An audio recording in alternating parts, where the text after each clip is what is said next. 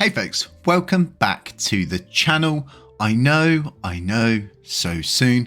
Guys, before we dive into this, don't forget to tap the like, drop a little subscription if you can. It really does help out the channel. It helps me reach more people and try get up there with some of these, other influencers and their clickbait trees in the back of their gardens, because, we would all like to have, the perfect tree, wouldn't we? With all of the perfect kind of news on that we could just walk up to and go, this is what's going to happen today. I'm going to take that and put that in the video, but it doesn't work like that, does it? Now, there's talk going round. I think there's a few videos up speaking about IBC channels being enabled. I do not know of any proposals passing yet, as you can see, which would lead us to believe that the IBCs have been re-enabled. Now, as I explained previously, the IBCs, the best way to look at this is there is a phone line and somebody has cut it. It is holding on by a very thin string, and that piece of string is unable to send communications. We can see them, but we can't hear them. Okay, we can see them over there, but we cannot communicate with them. The update in itself is a client update. This update will allow the systems to begin interoperability again by speaking to one another, of course, because they're IBC channels. Now, these IBC channels are so important because we can speak to all the other chains like Juno, Atom, and all of the other different coins that are out there available on the Cosmos. Now, there's something coming in the future which is a game changer not only for Luna but for us, and it is a thing called Feather Protocol. Now, I went over this today in my live stream a little bit. We're going to get onto that in a second, but from what I can see, from what I can tell from IBCs, is it's a correction that needs to happen at both ends. And once they are obviously fixed, the ends go back together, everything's working, then and only then can we say, yes, the IBCs are fixed. But as it stands, if I quickly whip you over to the, the Discord group where you would think if anything had gone through right now for IBCs, and this is the IBC discussion, there'd probably be something in here about it. Now, the whole idea of reopening of IBCs is insane in itself when you understand what these channels can do. They're really, really a game changer. But what is being worked on, or what could be in the case of being worked on, is more or less this idea that's being put forward over at Luna of a whole system, okay, which in effect takes the hard work out of creating a blockchain and makes it very easy. The way that they're thinking is on a very dynamic scale of how to make an interchain ecosystem work properly and not end up like everything before it with smart contracts, which has had a tendency to end up not so less in failure, but once the yields dry up, the Oracle reward pool dries up, validators will move off, they'll move to other chains and they'll focus on other technology. And it's all about incentivizing devs to kind of work with each other and blockchains to work with each other. Now, the idea behind this is through interchain alliances, so to speak, and it's to introduce a new Cosmos module called Alliance. Start the Cosmos, easily extendable to Avalanche, which will allow staking of liquid staking derivatives of larger chains. The Alliance module allows the governance module to be set a reward rate split going to the native staking and foreign LSD staking, for instance. If a reward rate is set at 0.5, 0.3, 0.2 for the native asset Osmo and Luna, the fees and the inflation will be split accordingly to stakers of each staking pool. In return, the yields from LSD are directed to all stakers. This in effect allows new chains to form economic alliances with larger chains.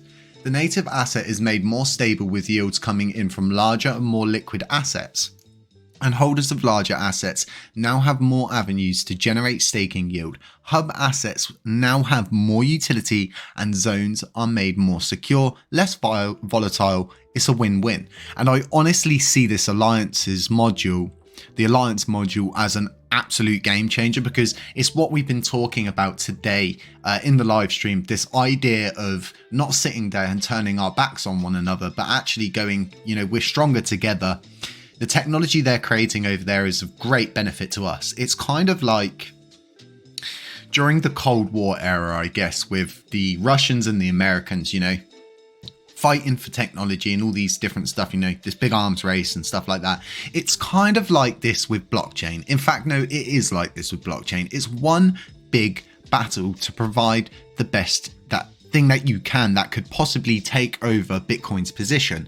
And they speak a lot about this in this Agora text. And like I said, this is specifically talking about Luna, but if they're building this alliance module, we would definitely be able to utilize that because we're part of the exact same system. That module would then be easily accessible for us, and that's the plan for them, is to make this easily accessible for people across the board. I mean, this thing in itself is like an absolute game changer, and I know people hate the idea behind Luna, but it's happened, it's there, and we can't stop it. What we can do is try to benefit from it and try to utilize what they're creating over there onto our own blockchain. And it's this idea on the roadmap of becoming in parity with Luna V2 and then actually working together correctly to establish these new capital controls over the algorithmically fungible token, which is the AFT. Now, there's going to be different routes to follow. I've no doubt the roadmap might change at times and stuff like that, as they state here, but this seems to be the kind of route that they're following. So I think it's high time we give some real thought over to, you know, what we want from this ecosystem. Do we want to be this kind of secluded, you know, kind of like Marxist state that is so kind of caught up in this whole idea of how great LUNC is that we've forgotten that we could be a lot greater if we just extend our reach, if we think outside the box, if we work with other, you know, bigger chains and you know, like they're saying over at Luna, it gives a higher sense of security, a way higher sense of security. So with the IBCs coming back, they are due to happen. You know, I could be completely wrong. There could be information that I'm missing 100% out from this and everything like that across the board, but I would have thought it would be put into this whole Discord group. That's why I've kind of left it on here, because I really would think, you know, even, you know, during this video you'd see people start talking about it, but I think maybe everybody's a little bit confused and stuff like that. So I was reading from this, and I'm going to leave a link to this in the description for you guys so that you can have a read of this. Don't be naive. Don't, you know, don't become one of those people that is so blinded by, you know, stuff that's not even been proven as true. And as time's gone by, you know, these people that were so outspoken about taking certain people to court, and they were taking donations from people for court fees and stuff like that, where's it all gone and led to? Nowhere, because there's no red notice, there's no nothing.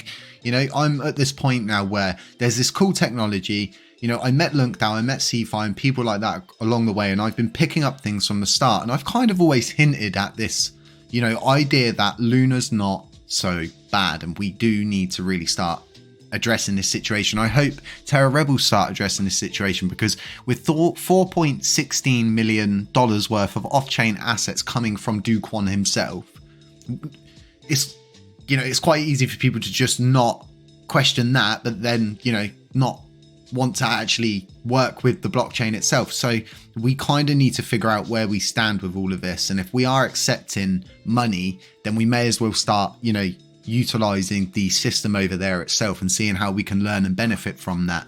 And who doesn't want, when this is another thing that I keep, you know, saying to people, whenever I was just about to put a tweet out earlier about this coiling up, I like it when stuff coils up like this, but whenever one of them moves, the other one tends to move with it. We get this symbiotic relationship. So it's a bit of a no-brainer. I've always kept 90% of my initial airdrop of my Luna, and it's just stuck on crypto.com, because until they do the withdrawals, it will be stuck on there.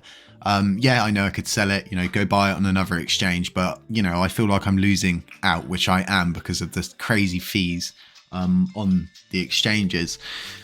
We've got a really cool giveaway going on right now, and it really is, you know, I'm shocked that it's been 20 minutes and there's only this many people on it. This in itself probably comes out to at least £200-300. Add a ship onto this and you've got yourself a really, really good starter package. So happy, stop chirping at the birds. That's what that noise is. That's the cat breathing at birds at the window all aggressively like a predator. But we're giving this away. It's been built up and put together from my own Exodus assets from my land swap, and I'm just trying to help push things along for Exodus. It seems they're really underrated. They've worked very hard to apply Lunar Classic into their system. They've spent the time to work out the contracts, work out the system of denoms and everything like that. So head over, get yourself a entry into that. It's 4 NFTs, and the hoverboard in itself, you'll never be able to buy that anyway. You can only get them from the land swap situation that happened. So guys, stay safe. That's all I've got for you for right now. The second I see an update or anything on the IBC situation, an official thing, a reply back from one of the guys over at Terra Rebels, I will update you and keep you informed. And other than that, just stay safe. Beware of scammers. We can't stress that enough here at HCC, and just stay safe. None of this is financial advice, and we will catch you in the next one. Sure.